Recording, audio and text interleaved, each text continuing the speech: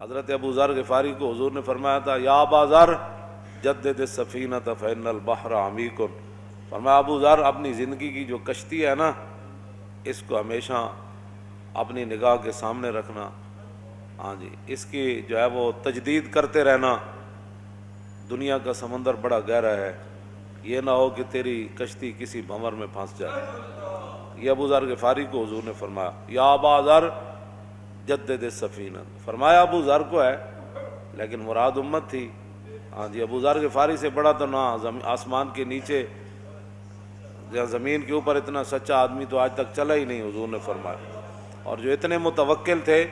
کہ جو صبح کا کھا کر شام کا رکھنا بھی خلاف توکل سمجھتے، ان کو حضور نے فرمایا یا ابا ذر جدد السفینۃ فإن البحر عمیق،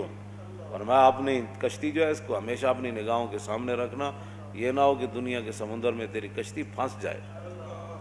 وَخُذِ الزَّادَ كَامِلًا فَإِنَّ السَّفَرَ طَوِيلٌ،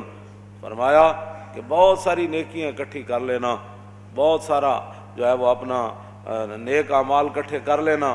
جس سفر پر تو نے روانہ ہونا ہے وہ بڑا طویل سفر ہے۔ سفر کے حساب سے جیب خرچہ بندہ لیتا ہے، تو فرمایا وَخُذِ الزَّادَ كَامِلًا فَإِنَّ السَّفَرَ طَوِيلٌ، فرمایا بہت سارا نیک عمل جو ہے وہ اکٹھا کر لینا، جس سفر پر تو نے جانا ہے وہ بڑا طویل ہے۔